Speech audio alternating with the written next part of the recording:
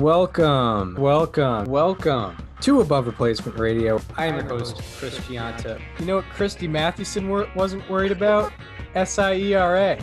When you're thinking about Pedro Siriaco, I mean, the only one that can compete is maybe Hannes Wagner's 1908 season. Over there on the other side of the screen is Daniel Kern. Like, if we just clip together every time we've talked about him on other people's profiles, we've done a Mickey Cochran episode.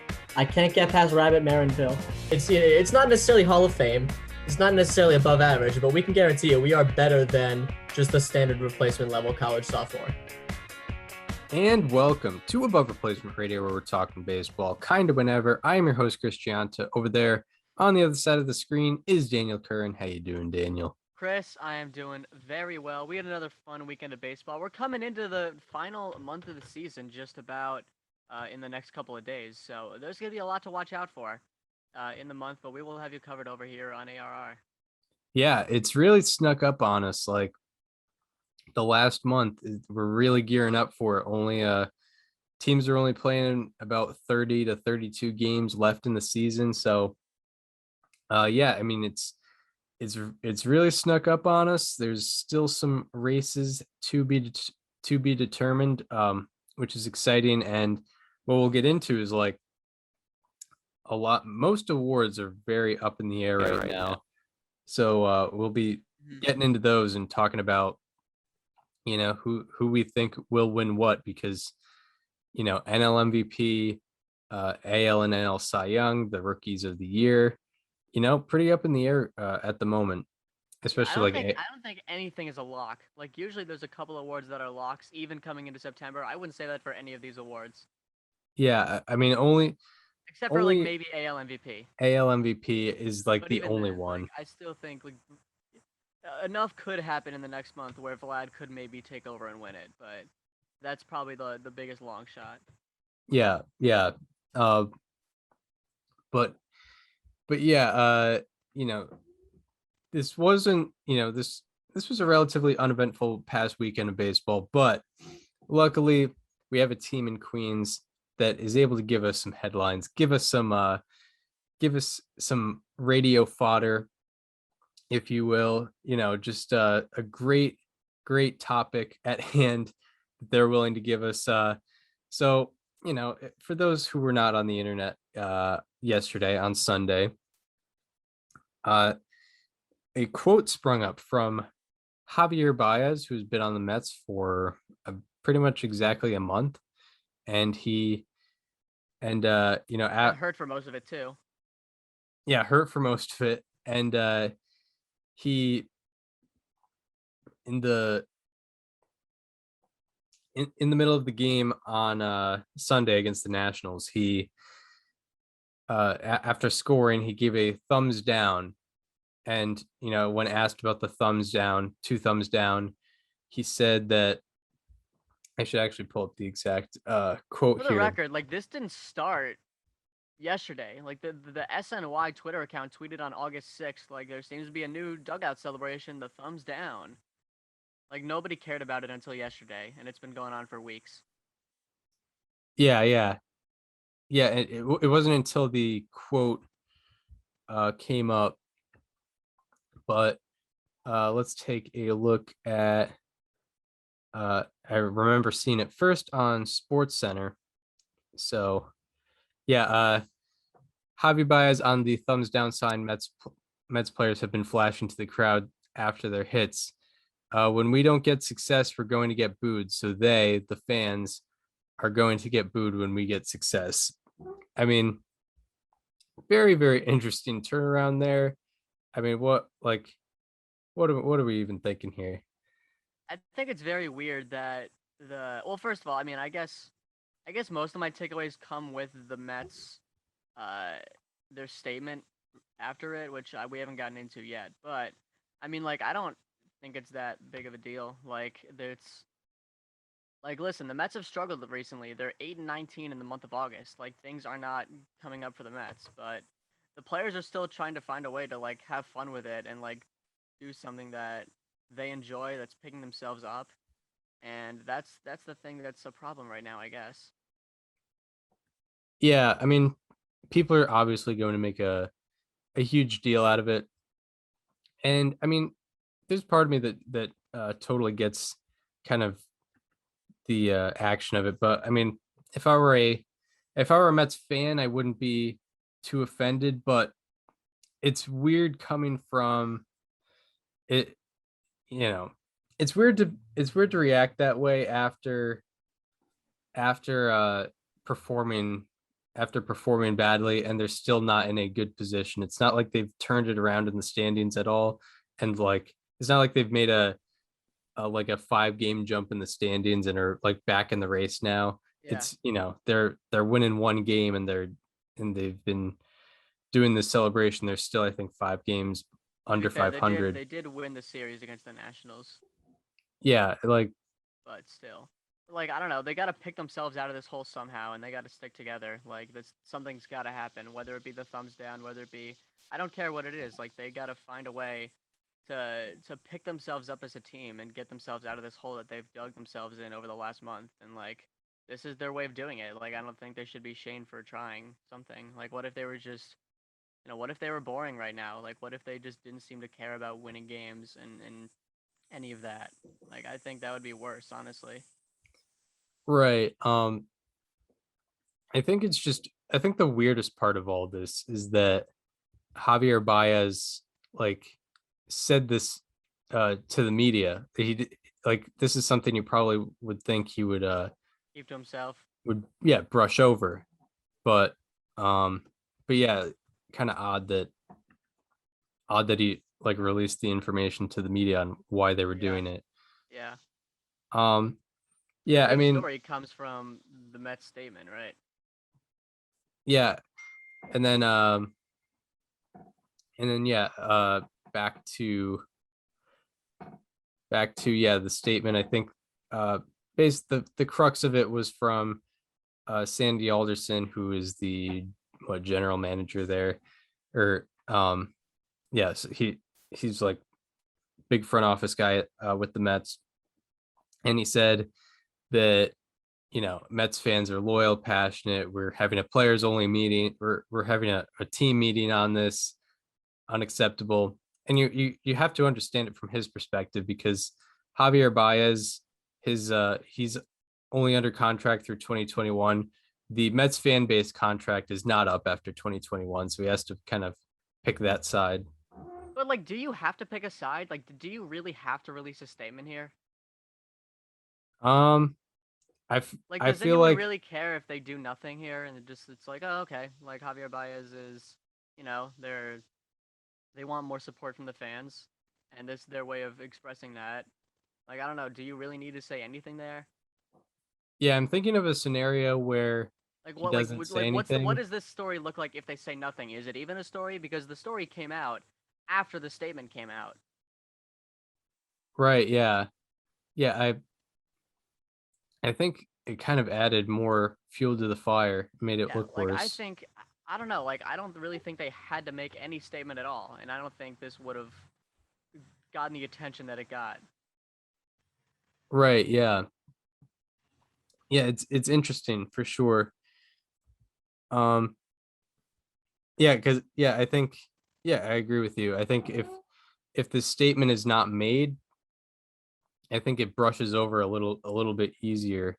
I mean, Um here's where the problems come in, because the New York Mets don't exactly have a good reputation of their front office over the last 5 or so years. They hired Jared Porter as their GM, who harassed a woman. They hired Mickey Callaway as their manager, who harassed multiple women. They heavily pursued Trevor Bauer in free agency this offseason, who had a reputation before the recent allegations came out against him.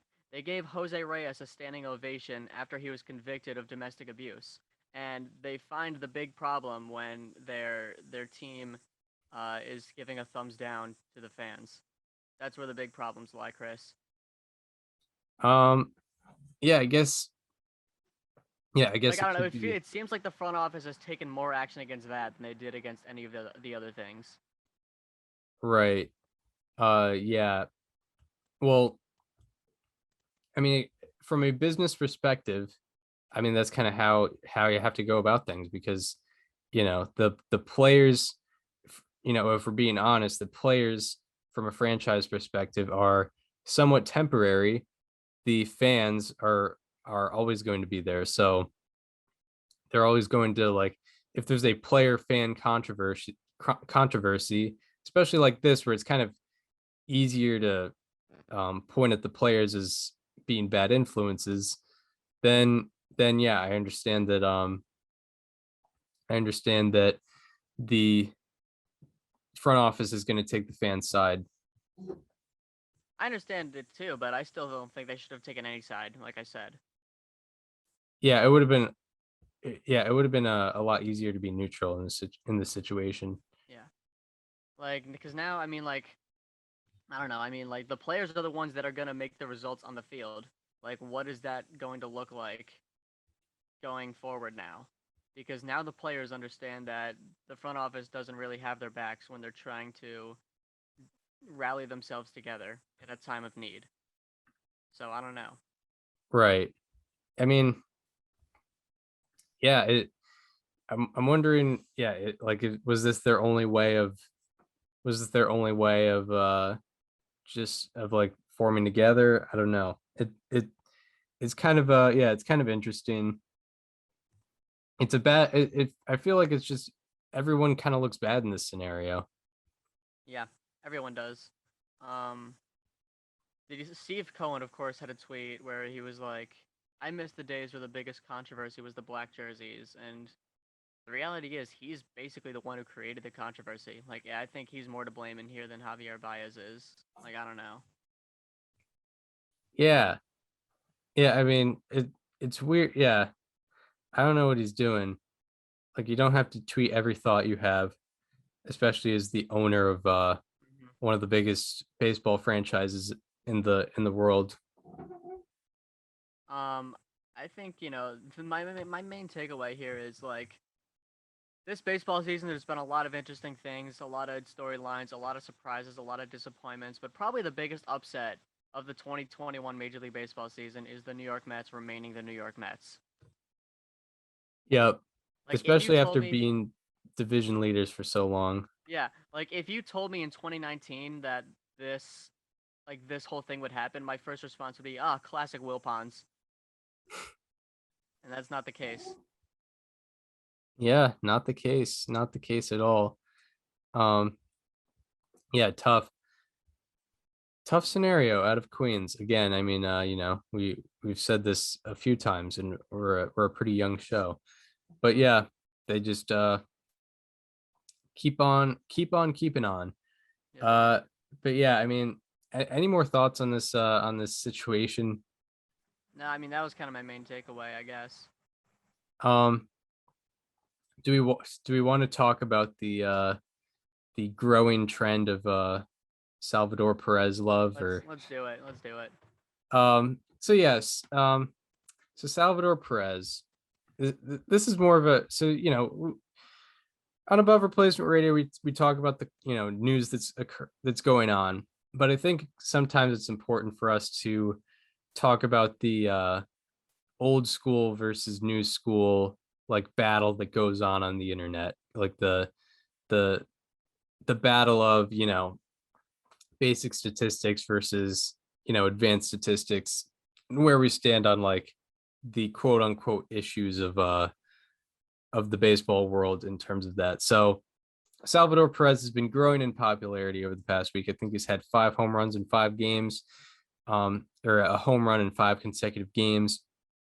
He's been having a great week, and man, people are really jumping on the bandwagon and completely overreacting to his current season.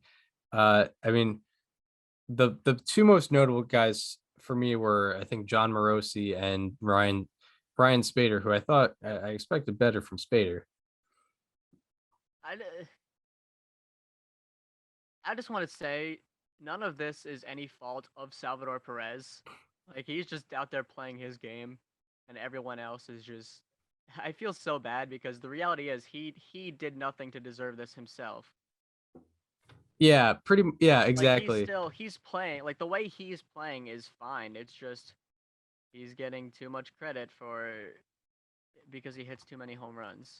I don't want to say too many home runs, but because of the amount of home runs he hits, he gets a little too much credit.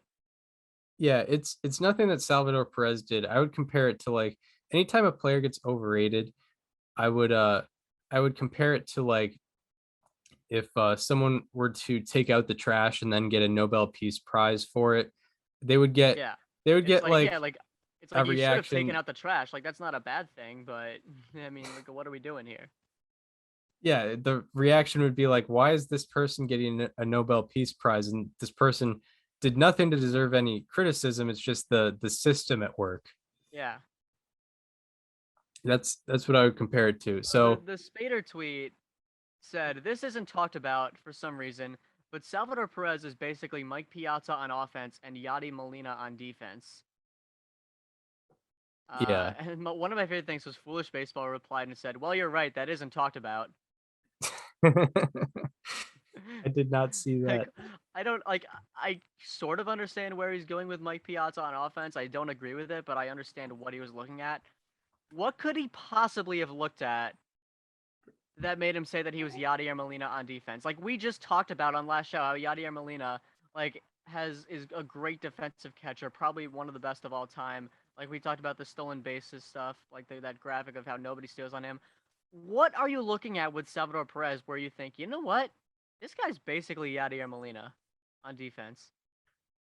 Yeah, I mean, the only thing that might be a little comparable is the caught stealing percentage, which is a large portion of Yeah, like he was the defense. king of. I don't know why Baseball Savant all of a sudden stopped uh tracking like pop time for catchers. They just didn't do it after 2019. But Salvador Perez was the king of that. Other than that, he was just straight up not good defensively at all.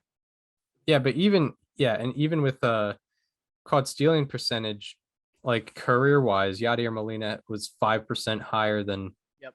than Perez. It was 40 to 35. And Yeah, then it was a joke. like one thing one thing that's making me go to Fangraphs for catcher, like catcher F4 or catcher wins above replacement, is the framing factor, Mhm. which Salvador Perez stinks at. Yadier Molina is obviously one of the greatest at framing. I have a stat for you, Chris. Here, so on Baseball Savant, you can look at the catcher framing leaderboard for all of the time they tracked it at once instead of just year by year. And there are 192 catchers that have called at least 100 pitches since 2015. James McCann has the least amount of runs extra strikes, which is what the stat that they call it. It's essentially the amount of runs that you prevent or the amount of runs that you allow to score, whatever, with framing. And it's an accumulated stat that the higher the number is, the better. James McCann is the second worst with negative 45. Then there's Salvador Perez with negative 71. So, Yeah. I mean, it's obviously an accumulation thing, and Salvador Perez has played a lot of games since 2015, so it makes sense that he would be, on the more extreme side, whether it be good or bad. But I mean, negative 71 since 2015. Yeah. And yeah, Fangraphs and Baseball Prospectus has framing factor. Baseball Reference does not, and you can tell in the difference in their wins In the above wins above replacement. replacement, yep.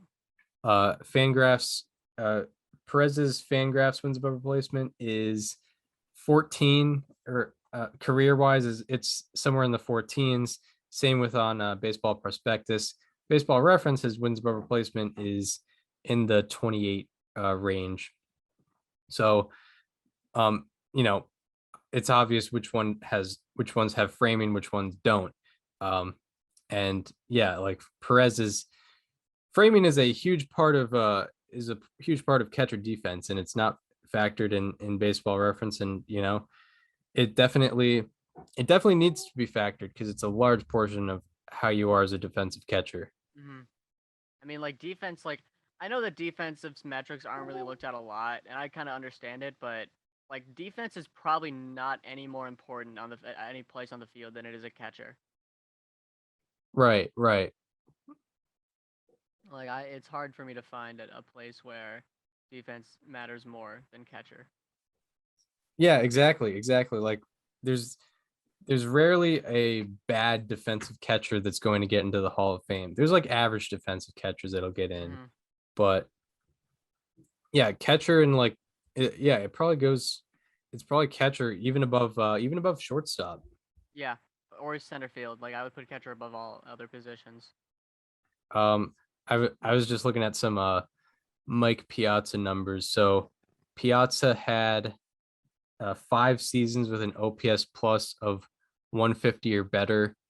Salvador Perez outside of 2020, where I don't even think he qualified. No, he played 37 games. Yeah, like Perez's only season with an OPS plus of 150 or better is 2020, where he played 37 games and didn't even qualify for the 60 game season. Yeah. Never mind, 162. Um, yeah, like, oh man, it's a little. He's having a career offensive year with a 128 weighted runs created plus. Yeah. Because he has a 544 slugging percentage. Yeah. You had a great tweet yesterday, by the way. Oh yeah, I said I said big day for Salvador Perez as his 2021 on base percentage reached the American League average on base percentage, Big time. 315. Mhm. I felt like it was necessary to put out there. Yeah, like Salvador Perez, career 104 OPS plus. Mike Piazza's is 143, and that includes like the downfall of your late 30s. Salvador Perez hasn't even gotten there yet. He's probably going to retire. 31. He might retire with an OPS plus below 100. It's possible. To be fair, Yachty is too, but Yachty was at least a defensive prowess for 20 years. Yes. Like, and yeah, like there's definitely Hall of Fame caliber guys with below average offense like Ozzie Smith and Rabbit Marinville. No, he doesn't deserve to be in. He does not. But yeah, there's definitely guys out there that deserve to be in with below average offense. But Salvador Perez, if he ends up being that guy, doesn't because of his terrible framing. Actually, Probably one of the funniest things is Salvador Perez has more doubles and more home runs than he has walks in his career. Yeah. And that's crazy. And like, people the basics, I don't know what to call them, but like what the traditional stat users are saying is they're mocking like the talking about chase rate and walk rate. And I like if his walk rate was the same and he was hitting 330, I'm fine with that. Like that means his on base percentage would be like around 370 or something. Yeah. So like and that would mean he'd be like Tim Anderson. Yeah, and guess especially what? Nobody is out here saying Tim Anderson is not a good baseball player. Oh yeah, exactly. If he was hitting 330 with a 370 OBP, and obviously his slugging would be increased, like he would probably have around a 600 slugging. He'd have a mid 900s OPS. I totally get if his on base percentage was like in the 360 370 range. Like I wouldn't really be pointing out his walk rate, but he's a 277 hitter with a walk rate like this. His on base percentage is literally the American League average for on base percentage this year. Yep, and it's probably the best. It's in a full season, it's his best on base percentage. Yeah, like 2018, he played. I guess 129 games. It's about par for a catcher. Had a 274. 2017 at 297. 2016 288. 2015 280. 2014 289. 2013, I guess 2013, he played 138 games at an on-base percentage of 323 with a 4% walk rate. Yeah, he's never played 100 plus games with an on-base percentage of 325. That's crazy. That's so wild. Yeah, and like this is his first season with 100 plus games and an OPS above 800. Mm-hmm. Yeah, and obviously this is nothing that Salvador Perez has done. And actually, final thing we can look at is what exactly where his 2021 season ranks in all the wins above replacement categories. Because Oh boy. Well, you gotta go F war, not B war. yeah, but even B war, like when I checked yesterday, it was 206th currently, which granted, he's got like 30 games left to play, but still. Yeah. So yeah, he's got 2.6 F4 this year. That's on pace for like 3.2 or something like that. So yeah, batting, career. And yeah, I think that also a big thing that people are pointing out in like his career is 5 Gold Gloves. I mean, I'm pretty Gold Gloves, like, all you need to know about Gold Gloves is that in 1999, Rafael Palmeiro won a Gold Glove in a season where he played 128 games as a DH. yeah, exactly. That is everything you need to know about Gold Gloves. Yeah, 100%. Exactly. Yeah. Yeah, like people are pointing out the Gold Gloves, but and like people might point out D War, which if I didn't know It's about, stupid. D war is not a good stat. well, Like, especially for catchers, considering they're not, um, considering it doesn't include framing. So, like, yeah, I mean, if we're gonna talk about a catcher defensive stat that doesn't include framing, like, get out of here. We're not gonna have that. that's a huge part of the position. Huge part, inarguably, until robot umps come, that's a very large portion of how we I was view. thinking about that recently. Like, when robot umps come, we're gonna evaluate catchers and like individual catchers so differently. Absolutely. Like, it's gonna be night and day. Yeah, for sure, for sure. All right. It's got to be in the 400s. I'm searching here for Salvador Perez. Salvador Perez's 2021 currently ranks 416th in F4 for a season by a catcher. So, we can have all the advanced statistics, but we cannot deny Salvador Perez is having a top 500 catcher season of all time. I mean, I'm willing to say that. Yeah. Uh, we cannot deny this. So he has He's 2.6. right there with Alex Avila. Yeah. Yeah. When I'm thinking of great catcher seasons, it's, 1987 Bo Diaz, 2021 Salvador Perez, 1883 Jim O'Rourke. I mean, just legendary seasons. Yeah, I mean, who could forget about the legendary Jim O'Rourke season? Exactly. Yeah, I mean, I remember baseball Twitter was all over it. So he's on pace for 3.2 F4. And so 3.2 would put him probably somewhere in the 300 range. Okay. 3.2. Yeah, like in the 300, between 330th and between 330th and 344th, because those guys all have 3.2 F4 in a season. So yeah, shout out to Salvador Perez. Yeah, the I think the biggest, to break down what our problem is with people praising Salvador Perez this way, is his defensive, his perceived defensive prowess is overrated by these people because he's a bad framer. He does catch guys stealing.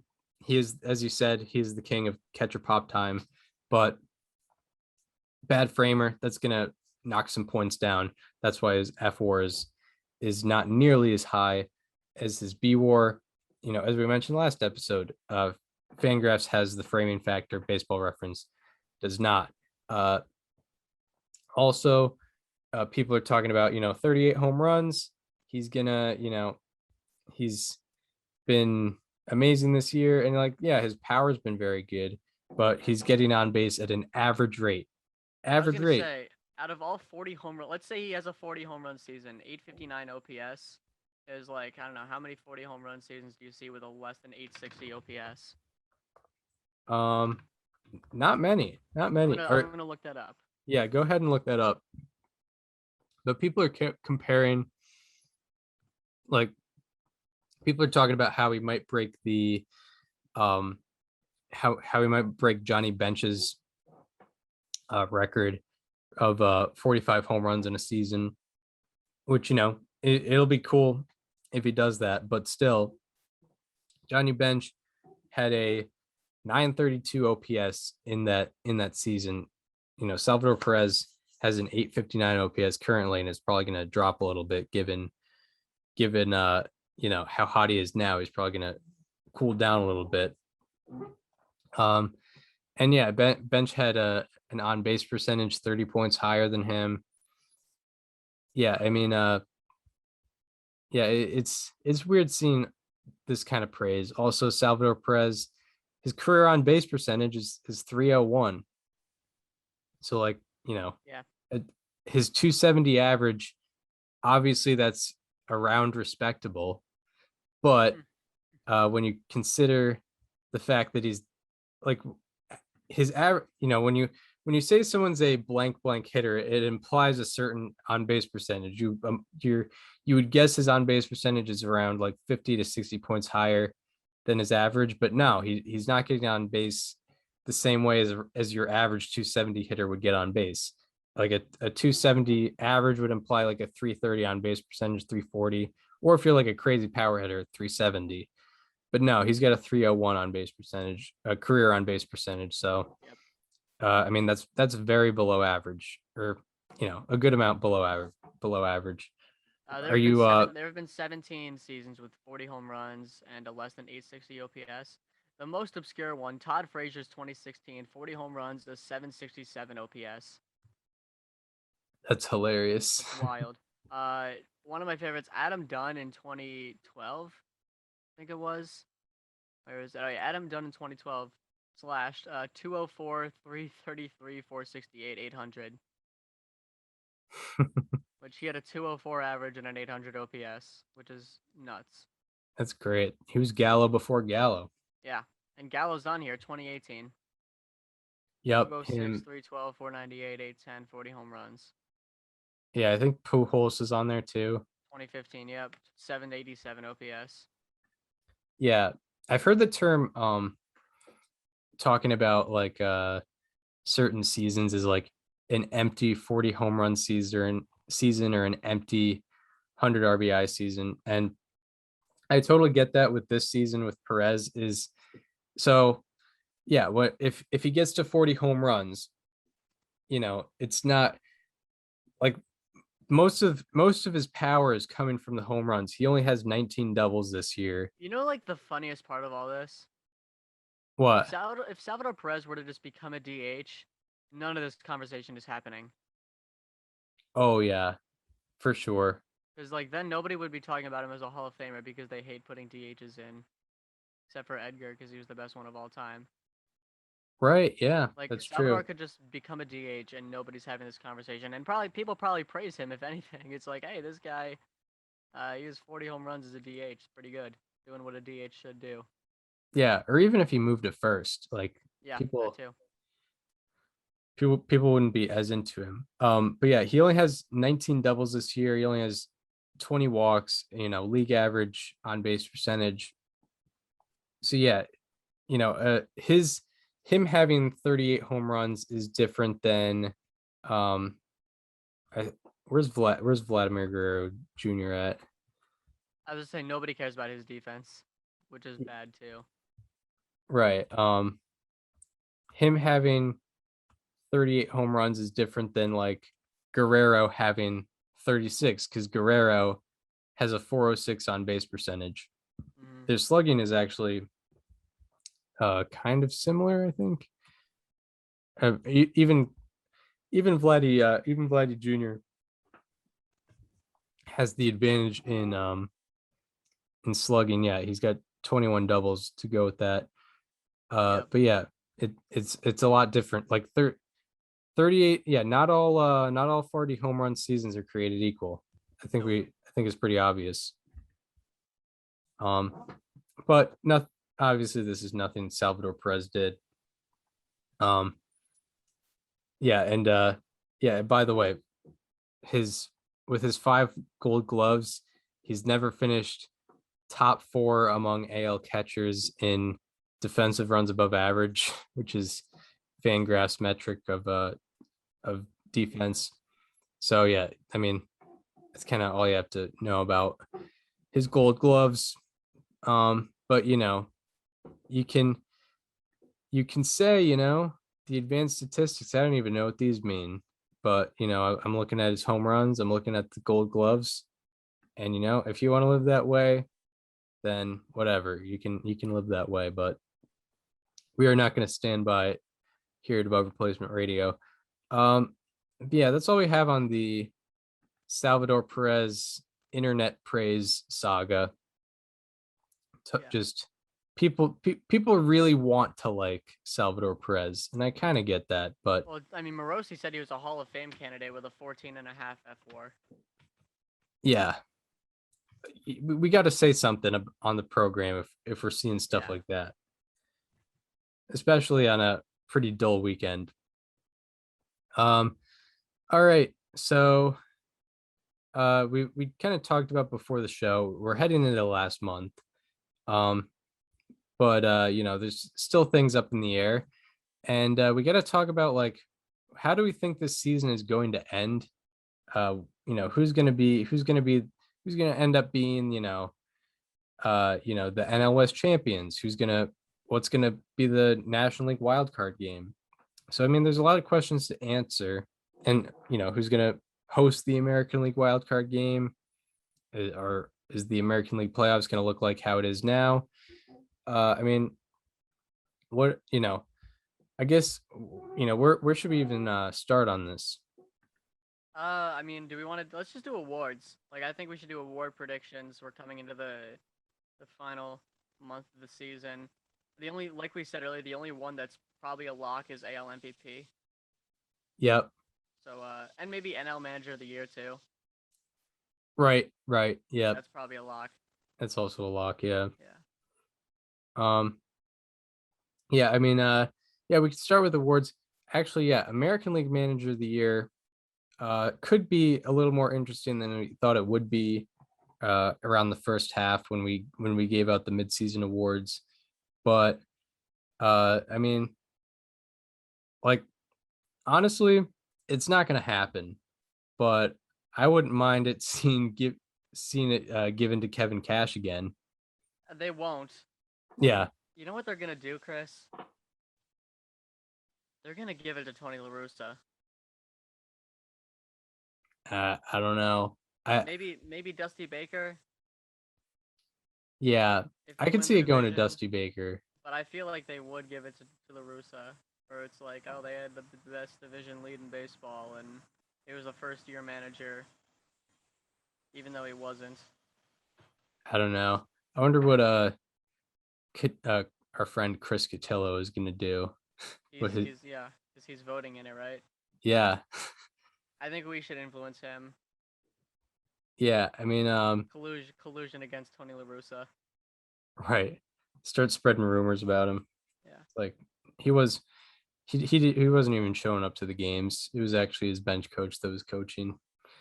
Miguel Cairo. Yeah. Manager of the Year. I feel like, yeah, for me in my head, it's in between like Dusty Baker and Alex Cora. Yeah. Alex Cora is going to get a lot of negativity, A, because of the scandal, and B, because of the fall off that the Red Sox had in August. But, like, let's not forget, like, the Red Sox were not supposed to be in this position this year. Yeah. Like, even the one that they're in now after this fall off. Yeah, 4th pick in the draft this year. They were 24 and 36 last year. They got a top 10 prospect in the league with their first round draft pick, and they're in a wild card spot. Yeah. Yeah, What exactly. Alex Cora's done.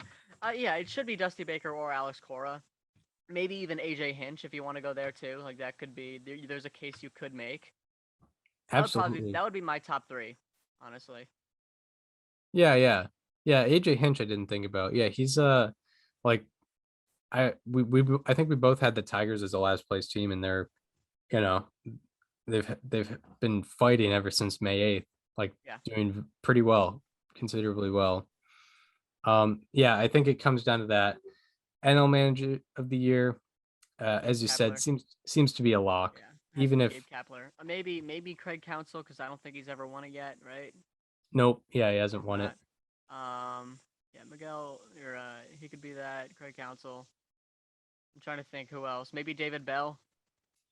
Potentially. Yeah. I just think, I think those are the top three for sure. yeah, I mean, It has to be Gabe Kapler for me. I just hope the writers don't forget like where we had the Giants like before the season, Yeah. like just pretty much irrelevant. You know, with the Brewers, some people, it was kind of give and take. Like some people had them as division winners, some people had them like third place, like myself. So it was kind of like in Who else between. did you have ahead of them? I think I had the Cubs ahead of them. That's tough. That's tough. That's not what you want. I mean, around early June, I was looking pretty good, but yeah, no, it didn't end up working out.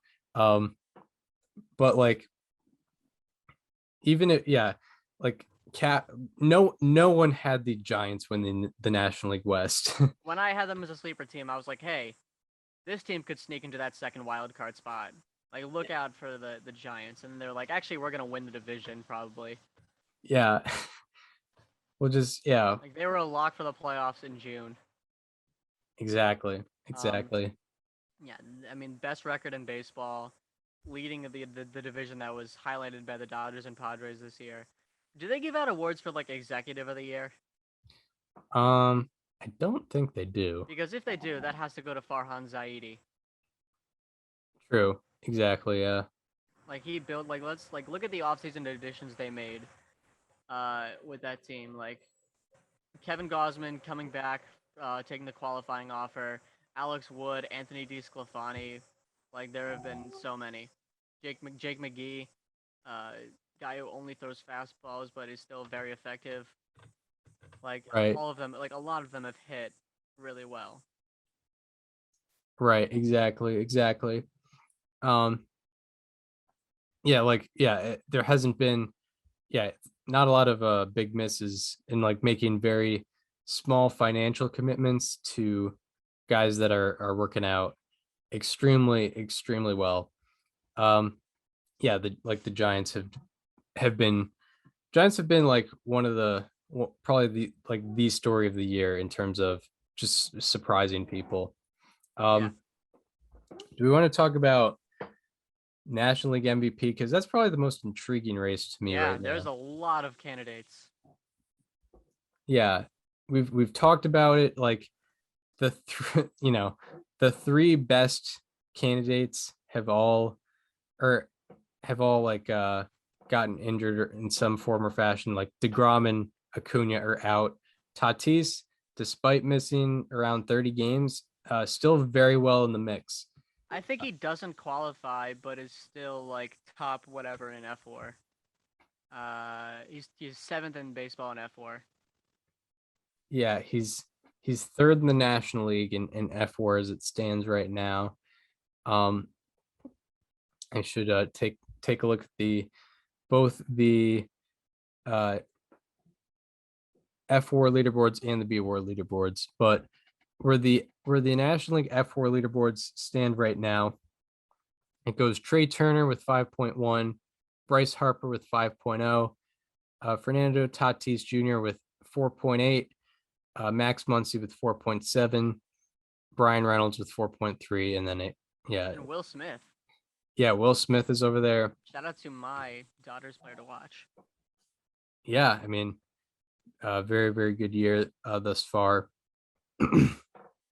And yeah, it's pretty interesting because I feel like I don't know how much the like playoff team factor is going to be used. Yeah, because like, I mean, like out of the top 3, only one of them is probably going to be in the playoffs. Maybe 2. Probably not Right. 3. Yeah. All right, I'm gonna make my prediction. I'm gonna call my shot. My NL MVP in 2021 will be Bryce Harper. Uh-huh. I'm gonna take him. Yeah.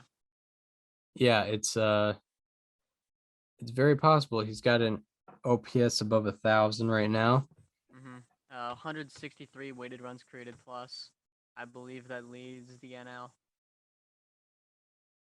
Yeah, it's kind of weird.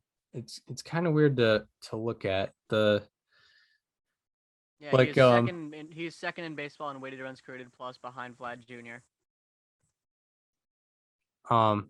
yeah, very like very good season from him. Shout out to my 2020 NL MVP pick. Yeah. It was a little bit early on him. So yeah, I mean, I think so. Yeah, I think the final standings could have a lot to do with how we view the National League MVP. If the Padres don't make the playoffs like it's looking like now, I don't think Tatis can really win that award unless he's able to do Especially with what was expected of them too. right. Like Right. I think that conversation looks a lot different with the Phillies than it does with the Padres. Yeah. Yeah. Because yeah, that's a good point you make. Because the Phillies were predicted as like a team that was going to win like maybe 85 games. They still haven't finished above 500 since 2011. Yeah, Padres last year, second best record in the National League. They were expected to be pretty much the same team this year, maybe even a little better, maybe even contending for the top spot in the National League West. So if they don't make the playoffs, I don't think it's not going to be like a Mike Trout situation where they give Tatis the award, even though the team didn't make the playoffs. I don't think they would be willing to do that. Nothing that Tatis did, the rest of his team is underperforming, but that's just how it's going to work. Yeah, I mean, I think if the Dodgers find a way to win that division, because they're only 2.5, they're only currently 2.5 back, but that it still seems like a larger margin. But if the Dodgers find a way to win that division, I think it'll go to a Dodger, whether it be Trey Turner or Max Muncy. I think it's possible that that happens. Muncy currently ranks 4th in F4. Trey Turner is the leader in the National League in F4. Muncy's OPS, unfortunately, Fangraphs doesn't feature the actual OPS on the dashboard, so I gotta calculate it. Muncy's got a 924 OPS, which I don't know, even like for a first baseman, it might be tough for that to win MVP. And Trey Turner's got an 885 OPS with 26 stolen bases and pretty good defense. And I feel like they're not gonna. I feel like the writers aren't gonna take like Trey Turner that Oh no, they're not gonna take him that seriously. seriously. Yeah, especially because he played for 2 teams. Yeah. And he didn't have like as of right now he hasn't had like that massive of an impact over on the other side. Like usually when you see people on on 2 different teams getting MVP votes, it's usually because they like really propelled the other team. Like Trey Turner hasn't particularly done that. Like you gotta have like what CC Sabathia did with the Brewers, or like what Yoenis Cespedes did with the Mets, or like even what Starling Marte is doing right now with the A's. Like those are all like they all had historically great tenures with those teams in the second half of those seasons. Yeah. I mean, like I guess the one thing with Turner is that all of his time has been with the National League, but still it's not a situation where like, yeah, exactly like you said, he's propelled the Dodgers. Even though I mean the Dodgers did have like They have been really well. They have done really well, but like I don't think most people are attributing that solely to Trey Turner. right. That's correct. Like I should look at the difference between him in Washington versus him in LA this year. Yeah, his OPS is not as good as it was in Washington this year. Yeah. So yeah, you said it. You said it correctly.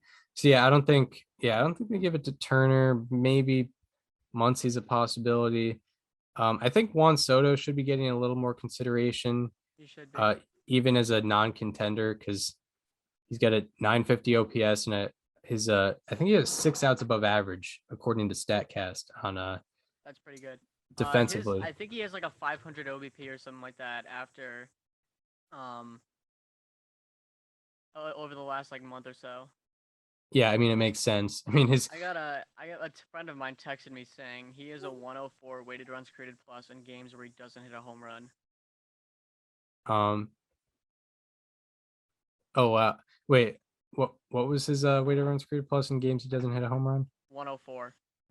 Yeah, that's pretty crazy. Like being an above average offensive player without any home runs. Yeah. I might have to agree with you that Harper's going to win just based on the writer's tendencies. But I also think he has a big September. Okay. Yeah. Because yeah. Also, right now, I mean, I don't know if the Padres are going to get into the playoffs. If they do, then I think Tatis has a real shot. Yeah. But if they don't, I don't think he really has a shot. That's fair. Yeah, I think yeah. And also it should be noted is I think the writers look at B WAR more because last year they selected Jose Abreu as the MVP, and you know some of that had to do with RBI too, but that's also something to consider. Yeah, so I would say Bryce Harper. It would be my prediction from on August 30th. It is my prediction. We've made like 3 separate MVP predictions. Yep. Preseason, midseason, and now. But yeah, it's what you do. It's what you have to do. We've done. This is our 37th episode I of the think year. I've had 3 different MVPs for the National League. I had Soto, then DeGrom, and then Harper. Yeah, I had Corey Seager, DeGrom, and now Harper. Yep. And AL MVP, like it's Shohei. Yeah, ALM. Yeah, Like, obviously. we don't need to have that conversation because we already know. Yeah, I don't think we need to get too much into that. 7.8 B WAR on the year from Ohtani. I think his combined F WAR is around 8 as well. So yeah, Ohtani should win that. I think honestly, I would say if that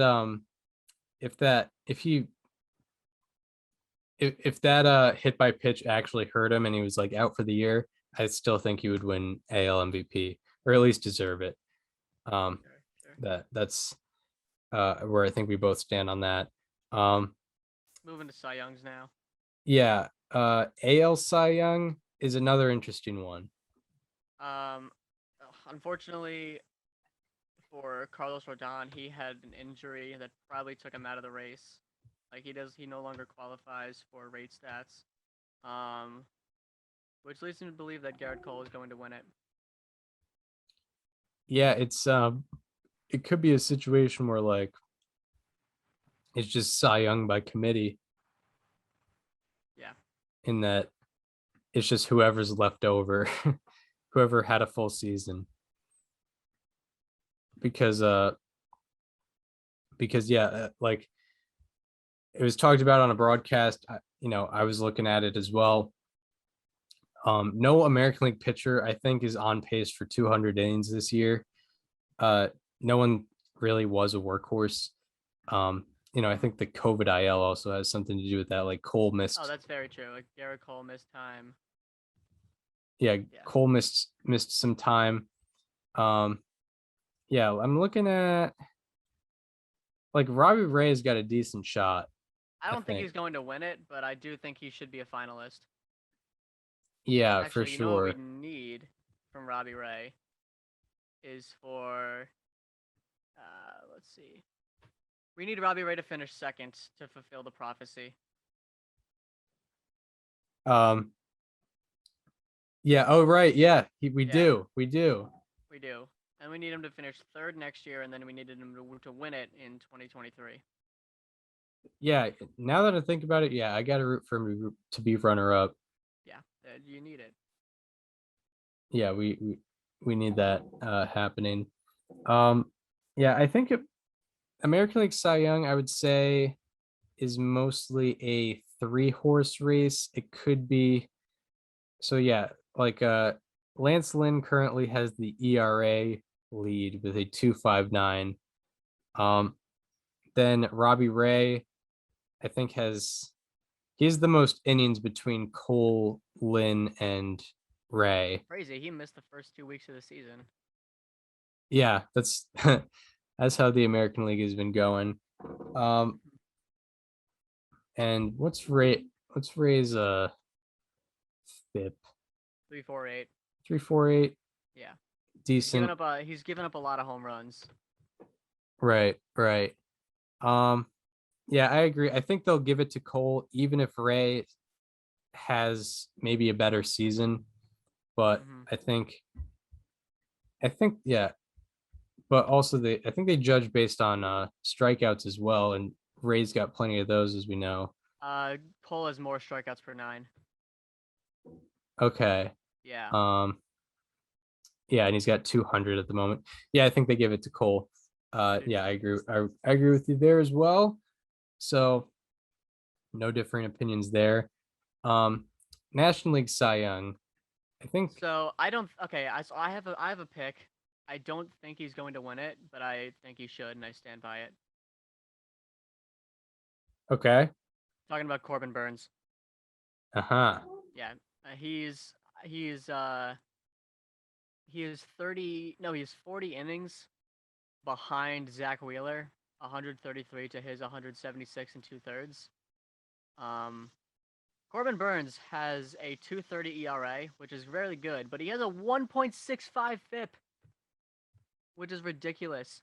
If he were to get to 162 innings, Chris, and keep all of his rate stats the way they are, he would have the second season in baseball history with 162 innings pitched, a sub 1.7 FIP, and 12 strikeouts per 9. The only other person to do that would be Pedro Martinez in 1999. That's insane. Yeah. I need to see Corbin Burns with that Cy Young trophy because he deserves it. And he also has the same FWAR as Zach Wheeler with 40 less innings pitched. Yeah. Yeah, Burns has had, it's crazy because Burns has had a great year, and peripherally he's better. Like even his expected ERA is so much better, yeah. Is below his actual ERA. He has a BABIP against of 308. Like he's been getting unlucky. Yeah, especially for a Cy Young candidate like himself. Mm-hmm. Yeah, my pick, yeah, it's gonna be Walker Buehler.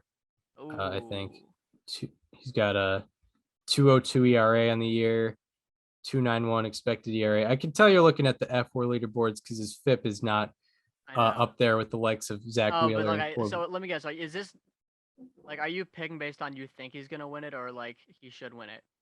I would say both. Really? Yeah. Okay. He's got I know some of the stat people don't like that. And like, you know, I have to consider innings as well. Like, you know, Buehler's got 169. He might be able to get to that 200 inning mark. He's currently got 36 more innings than someone like Corbin Burns. He's got a way better ERA than Zach Wheeler, and he's got that 13-2 record. Obviously, we love seeing that. Yeah, I would. Yeah, I'm very comfortable with. I think he deserves it, and I think he will get that. Okay. Because yeah, I mean, and maybe I do. Maybe I'm not as big into peripherals when it comes to awards. Because I mean that Yeah, that because like, 194. we're looking at results, not what actually happened, or Yeah. not like what should have happened. Yeah, with Burns, like that 194 expected ERA is hard to ignore. But you know, and like it's almost his expected ERA is almost a full run better than Bueller, but I can't I can't give a I can't like give it a full award assessment based on like speculation. But I do think it has a little bit of a factor, but a little less than normal. But yeah, I think Bueller will end up with that Cy Young. Do you think I'm thinking you think he's going to get it as well? No, I think Corbin Burns gets it. I need to see it. You think he will get the National League Cy Young? I think I'm putting faith in the writers here, which I don't do very often, but you know what? Like I need to see what's right. I'm All still right. going for it, and I want to believe. I want to speak it into existence. Corbin Burns, Cy Young. All right. All right. Interesting. So yeah, those are the Cy Youngs. We've gone over the managers of the year.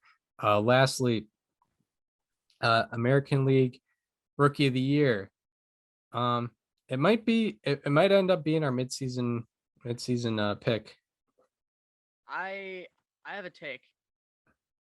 I think both Rookie of the Years come out of Florida. Okay, yeah, Wander Franco and Trevor Rogers. Trevor Rogers. Yeah. Who else are you thinking? It could be Jonathan India. Well, he's not. I mean, I guess he's from Florida, I think, but I mean, I was referring to like. Oh yeah, I mean, play. yeah. For Nat, I thought you meant like in general for National League Rookie of the Year. Oh yeah, no. Oh, he is from Lauderdale, but no, I was referring to Trevor Rogers. I mean, like they both play in Florida. Right. Yeah. So yeah, do you see Wander Franco having a big September? He's already had a big August, and I think he continues it. He has a 783 OPS, which doesn't look great, but he has I believe, a 27 game on base streak, if I'm correct. Yeah, Mhm. he played. I think it's 29 games.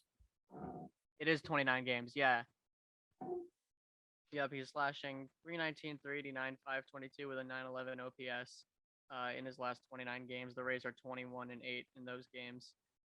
He's reached base in all of them. His OPS has gone from 635 to 783 in that time. So, yeah. Yeah. All right. My Rookie of the Year prediction.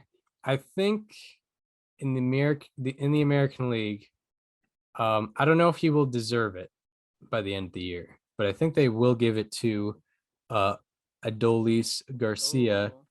because you look at the traditional stats. They're for a power guy, they're going to ignore his average, which is 253, which is still actually above league average. They're going to ignore the fact that he doesn't walk. He's got a 296 on base percentage, which is not very good. But the writers are going to look at, all right, he's a rookie with 20. At the moment, he's a rookie with 29 home runs and 77 RBI. Let's say, by the end of the year, that's 34 home runs and 94 RBI. I think they will give it to Garcia. I don't know if he's gonna and Adolis Garcia, because there's actually another good Garcia that's In the American League. that should be considered as well. But I think they will give it to Garcia for those reasons. Like they're gonna give it to the guy with like 34 home runs or whatever. In terms of who I think will deserve it by the end of the year, like when we're doing who we have as the as the awards, if we were given ballots, like who we will have, that's a good question. I think there's a lot of good candidates. I think Luis Garcia is who I had at the midseason mark, like as who I thought would be Rookie of the Year moving forward.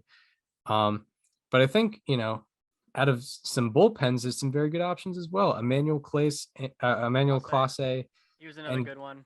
and Garrett Whitlock also 63 innings pitched with I think 1.57 ERA. He's having an amazing year. And then Luis Garcia of the Houston Astros, not the Washington Nationals, but Houston Astros. He's got 123 and a third innings pitched. He's got a 3.21 ERA, 1.33 ERA plus, 3.38 FIP. Yeah, I think by the end of the year, I will be picking Luis Garcia as Okay. my rookie of the year, but I think they're going to give it to Adolis. Interesting. I think that's how it's going to go. All right, National League Rookie of the Year, you have Trevor Rogers. I do. I think he sticks with it. Yeah. I'm gonna say Jonathan India does it. I think they'll just Okay. give him the credit based on what he did, based on the fact that he played the full season. Right. I think the voters are more forgiving of someone who came up late and produced instead of someone who produced early and then didn't finish the year. You know what I mean? Sure. They gave that credit to Yordan Alvarez, who had a crazy season in 87 games. So I think they'll give it to India. And I think by the end of the year, I'm going to be thinking that Jonathan India is deserving. Okay. All right. I guess that gets us into yeah, I think we can get into where we think the standings are going to be. I mean, National League West, what are the chances we see the Dodgers take over? I'm going to say they don't, just because the Giants have a lot of games against the Padres, who have been struggling recently. And when I say recently, I mean over the last 2 months. 3 months even. Right. So I'm going to stick with the Giants. They've been there all year. I think they stay there. Yeah.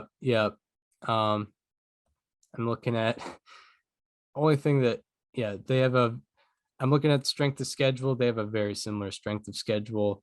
And the Giants are just I a couple weeks ago I said the A's are just that team that sticks around. This year it's going to be different. It's going to be a different team from the Bay that just sticks around for whatever reason. It's going to be the Giants. I think Okay. they're going to keep that. National League wild card. All right. What are you thinking for National League wild card? I'm thinking the Reds take it. Yeah. It would be really cool to see a Reds Dodgers wild card game, and I think a lot of people would be rooting for a Joey Votto playoff run. So that being said, it'd be very cool if the 4 NL playoff teams in the division series were the Giants, Reds, Brewers, and Braves. It would be. Wait, say that again. If the Dodgers and Reds playing the wild card game, a lot of people would be rooting for a Joey Votto playoff run, especially with the season he's having. And then the 4 NL playoff teams were Giants, Reds, Brewers, Braves. Yeah, that'd be interesting. Mm-hmm. Yeah. I feel like a Dodgers Reds wild card game, everyone would be looking past the wild card game, and it would be a huge shock if the Reds won that game. Yeah, it would probably be Walker Buehler versus Luis Castillo, I would guess. Yeah, I agree that the Reds are gonna have that wild card spot, just given the strength of schedule they have. Cincinnati is facing Pittsburgh 9 times over the next month. San Diego is facing the Giants 10 times and the Dodgers 6 times. That's not good. They have probably the hardest schedule remaining. Yeah, calculated, it is the hardest schedule remaining. Cincinnati has the second easiest schedule remaining. So yeah, just going to be a very disappointing year for the Padres. Although we would both agree it would be very good for baseball if they just defied all odds and went on a hot streak and met the Dodgers in the That would be wild card cool. game. That would be very cool. Yeah, it would be great. And Tatis gets the MVP, but there's a very small chance of that happening in my eyes and probably your eyes as well. Yep. Given that schedule. So yeah, I think I think the Reds take that spot. Outside of the National League West, what division has the best chance of changing first place? Let's see. I'd say the AL East or the NL East, I guess. Maybe the Phillies go on another hot streak. Maybe the Yankees start another 13-game win streak. Right? Yeah. Like both the Centrals are locked, and I don't think the Astros are going to lose the AL West. Yeah, especially given the state of the A's. Yeah. Yeah, I would say NL East. Not that I think the Braves are gonna lose that spot, but I think that's the greatest chance outside of the NL I think West. that's probably the only good division race going into September. Like it could change, but as of right now, the only good division race is in the NL West. Yeah, I would agree with that.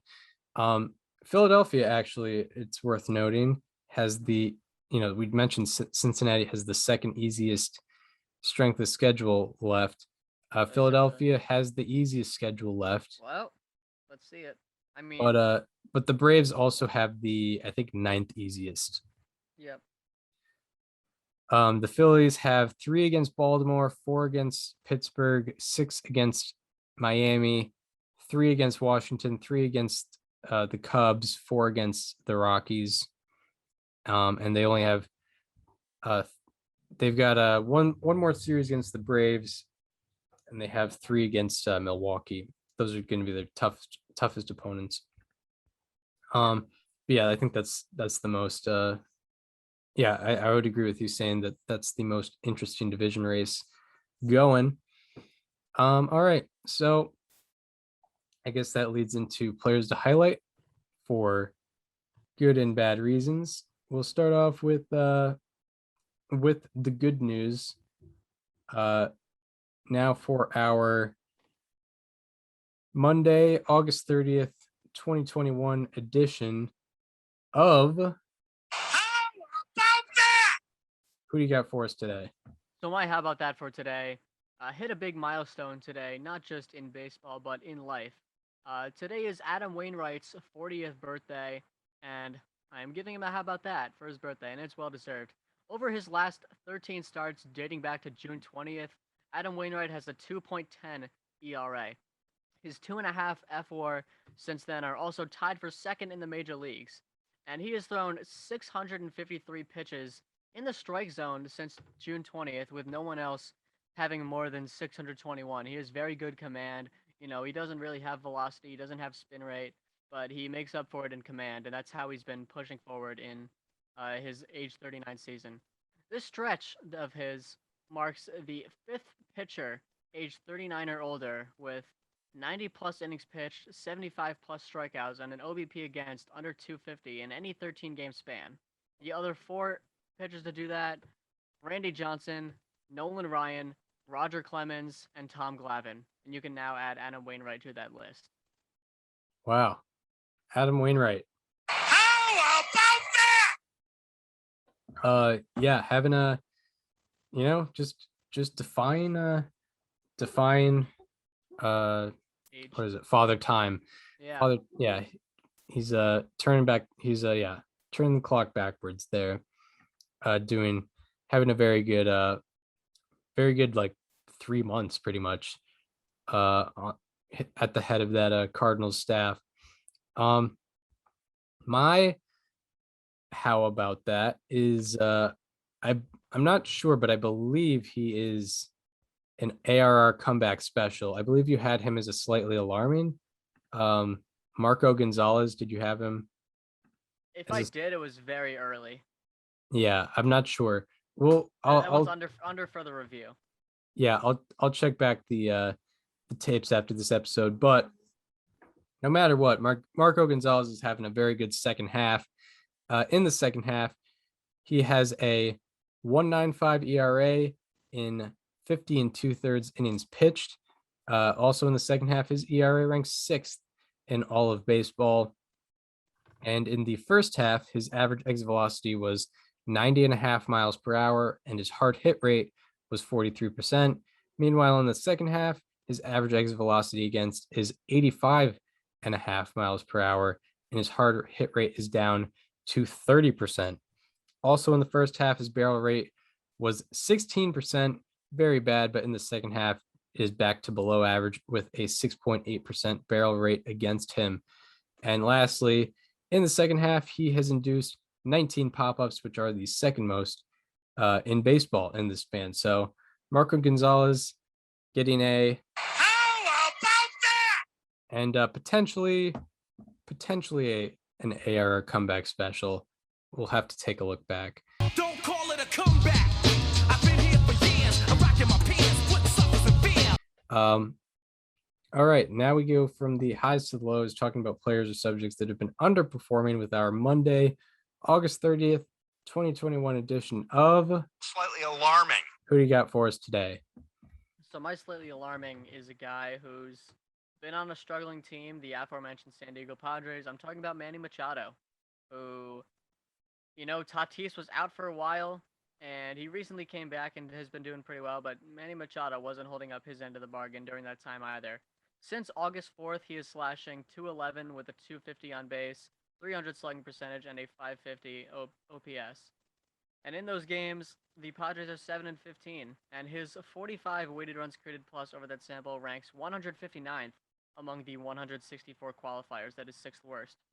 And before this stretch, his hard hit rate was 55.3%, which was the 7th highest in the majors. And in this stretch, it is only 38%. His average exit velocity has also dropped nearly 5 miles an hour over this span.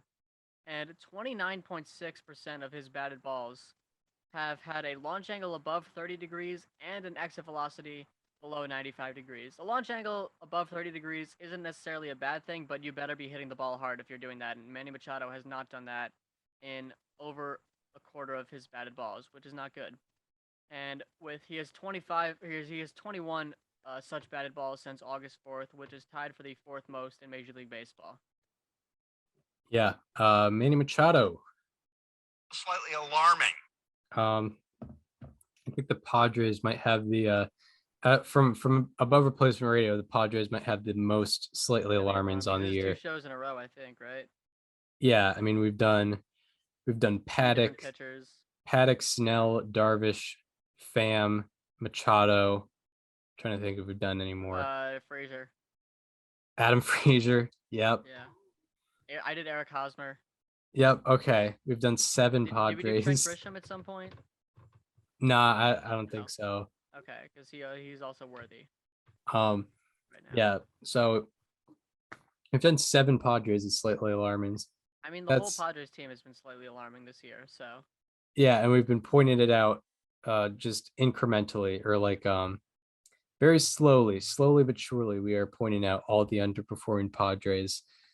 My slightly alarming is on another team that deserves plenty of slightly alarmings, especially in the month of August. My slightly alarming is Jeff McNeil. I mean, the guy has just underperformed the whole year. He was my player to watch for 2021, but I mean, injuries have had a factor, but I mean, it's gotten especially bad in his last 17 games.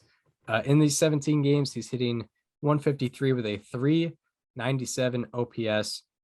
In this span, out of 176 qualifiers, he ranks 171st in average, 174th in on-base percentage, 173rd in slugging, and 175th in OPS. And overall, from 2020 to 2021, his line drive rate dropped 7.4%. His pop-up rate increased 3.8%. His expected batting average has dropped 35 points. His expected weighted on-base average has dropped 29 points. And his strikeout rate has increased while his walk rate has decreased. So just, Jeff McNeil has had a rough year you just kind of have to, in his mind, you kind of have to think about just going on to 2022 and thinking about what you're going to do in the off season. So Jeff McNeil. Slightly alarming. So that does it for players to highlight, players and subjects to highlight for good and bad reasons. Now we get into a preview of the week ahead. There's a lot of interesting series with some implications going on in the upcoming week. First off, Red Sox Rays. I think Red Sox coming off a disappointing loss yesterday. The Rays are firmly ahead in the American League East. I think the Red Sox goal right now is just to possibly get a home wild card game. 8 back in the division. It's going to be hard to make that up. So, but they're 2 back for that home wild card game. And I believe for that, is it going to be determined by head-to-head matchups, like if the Red Sox and Yankees have the same record? Yes, I believe so. So all they have to do is tie it because they already won the season series against the Yankees. Yeah, they were they're 10-6 against the Yankees currently. So, and they're not going to play more than 19 games. So yeah, the Red Sox most realistic goal is to get that wild card game to Fenway, which will be very anxiety inducing. Man, is that going to be something? Yeah, we Red Sox fans have yet to experience the wild card game with their team in it. Also, plenty of other series to get to, mostly out of the West Coast. Giants Brewers, the battle of the NL West and NL Central leaders. That potentially could be a postseason preview. Probably not in the first round, but there's potential for that being the National League Championship Series. And then another West Coast matchup to watch is Mariners Astros at T-Mobile Park. And by the way, Giants Brewers is going to be a 4-gamer, so you definitely have to watch out for that with some extremely good pitching matchups. Mariners Astros is going to be a 3-gamer with some more good pitching matchups. Mariners aren't out of it, by the way. They're 4.5 back in the wild card, and it's not like momentum is going against them. They've been hanging around. They potentially, I don't know if they're gonna get the wild card spot, but there's potential for them finishing ahead of the Athletics in the standings. And then the last series to talk about is the Dodgers and Braves. Braves just came off a series loss to the Giants at home. Now they're going to LA to see the Dodgers. That's going to be an interesting series, NL East leaders versus the team way ahead in the wild card spot with the Los Angeles Dodgers. So there's 4 very good series to watch in this upcoming week. What do you got for the day-by-day matchups? Yeah, so starting tonight, Monday, we got interesting one in Red Sox Rays, Nick Pivetta versus Luis Patino. That'll be an interesting one to watch. You got Casey Mize going this afternoon for the Tigers against the Twins. You got Luis Castillo going for the Reds against the Cardinals. Zach Wheeler versus Josiah Gray going against each other. Robbie Ray going for the Blue Jays against the Orioles. Herman Marquez going against the Rangers in Texas. Corey Kluber making his return from the IL today for the Yankees. That is a big one against the Angels. You have Corbin Burns versus Johnny Cueto tonight for Brewers and Giants. You have Drew Smiley versus Julio Urias for Braves and Dodgers. And then the matchup of the night comes from Astros and Mariners. Luis Garcia versus Chris Flexen. That'll be a good one. And then on Tuesday, you have Sonny Gray and Miles Mikolas going against each other for Reds and Cardinals. You have Hyun-Jin Ryu going for the Blue Jays against the Orioles. You have Cole Irvin going against the Tigers in A's Tigers. You got Lucas Giolito going for the White Sox against the Pirates in Chicago. Last time Lucas Giolito faced the Pirates in Chicago went very well for him. So that'll be on Tuesday. You have Zach Gallen and Blake Snell going against each other for the Padres and Diamondbacks. Brandon Woodruff versus Alex Wood in Brewers Giants. Lance McCullers Jr. versus Yusei Kikuchi in Astros Mariners. Charlie Morton versus Walker Bueller in Braves Dodgers. Matchup of the night comes from Yankees Angels. I believe the June pitcher of the month, Jameson Taillon versus, or maybe he was July pitcher of the month. Either way, Jameson Taillon versus Shohei Ohtani in Yankees and Angels. Then on Wednesday, you have Chris Sale going for the Red Sox against Drew Rasmussen of the Rays. That's a good matchup. Rasmussen's been very underrated. Sale is 3-0 in 3 starts since coming off the IL. Yu Darvish is going to pitch for the Padres against the Diamondbacks. You have in Cardinals Reds, you have the don't throw it above 91 miles per hour game in Jay Happ versus Wade Miley. That'll be a fun one for sure. You have Aaron Nola going against the Phillies against the Nationals.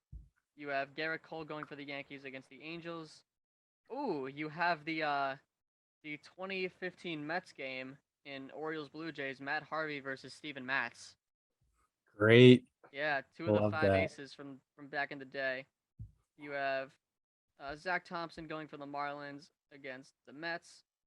You have Carlos Rodon coming off the is he coming off the IL or did he already come off the IL? Either way, he's pitching for the White Sox against the Pirates. You have Kevin Gausman going for the Giants. Matchup of the night comes from Braves Dodgers, Max Fried versus Max Scherzer. Yeah. Oh yeah. That's one I don't want to miss for sure. That 10 is start Eastern time.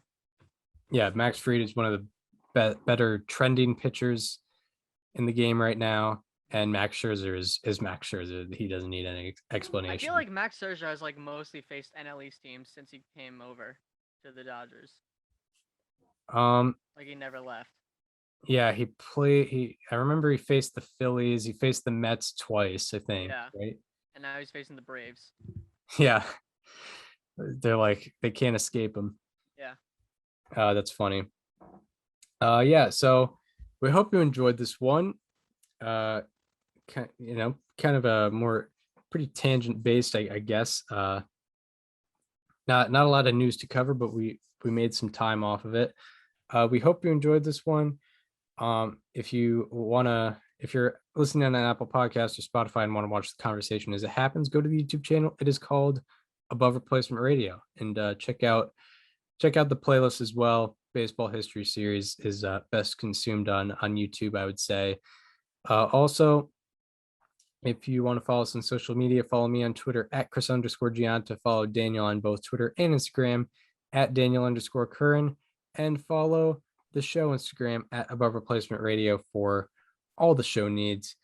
We hope you enjoy this one, and we hope to see you on Thursday, where we are going to be talking about all the happenings in Major League Baseball once again. See you then.